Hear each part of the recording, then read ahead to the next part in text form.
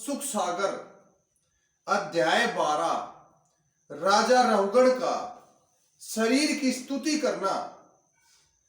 राजा रहुगण बोले, हे भरत जी, इस जगत में मानव के शरीर से सर्वश्रेष्ठ कोई भी शरीर नहीं है। इसलिए हमें उस परम पिता परमेश्वर की बड़ी कृपा समझनी चाहिए जिसने हमें ये अनमोल मानव शरीर दिया है, क्योंकि इसके बिना नर तनु के आप जैसे महान ज्ञानी पुरुषों के दर्शन अति दुर्लभ नहीं तो प्रवचन तो अति दुर्लभ है। और इसलिए देवलोग भी बार बार मानव शरीर पाने के लिए प्रभु से विनती करते रहते हैं। इस मानव तन को बार बार प्रणाम करना चाहिए, क्योंकि यह प्रभु की देन है।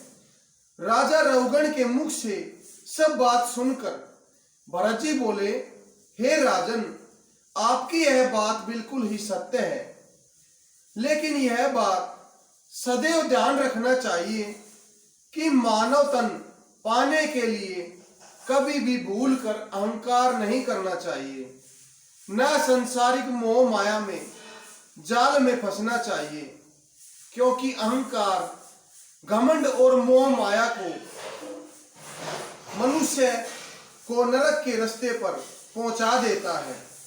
उसके बाद मनुष्य 84 लाख योनियों में भटकता रहता है, प्रभु परमात्मा से दूर हो जाता है।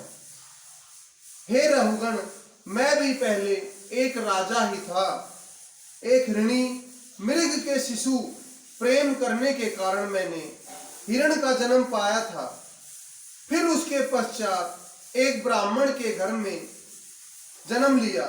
इसलिए हे राजन, अपने में, मेरे में और इन कहारों में तथा समस्त प्राणी मात्रों में उस प्रभु का प्रकाश जानकर कभी भी अहंकार मत करना।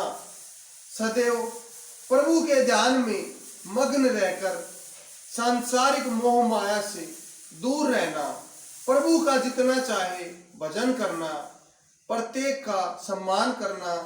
ऐसा करने से तुम अवश्य ही भवसागर से पार हो जाओगे।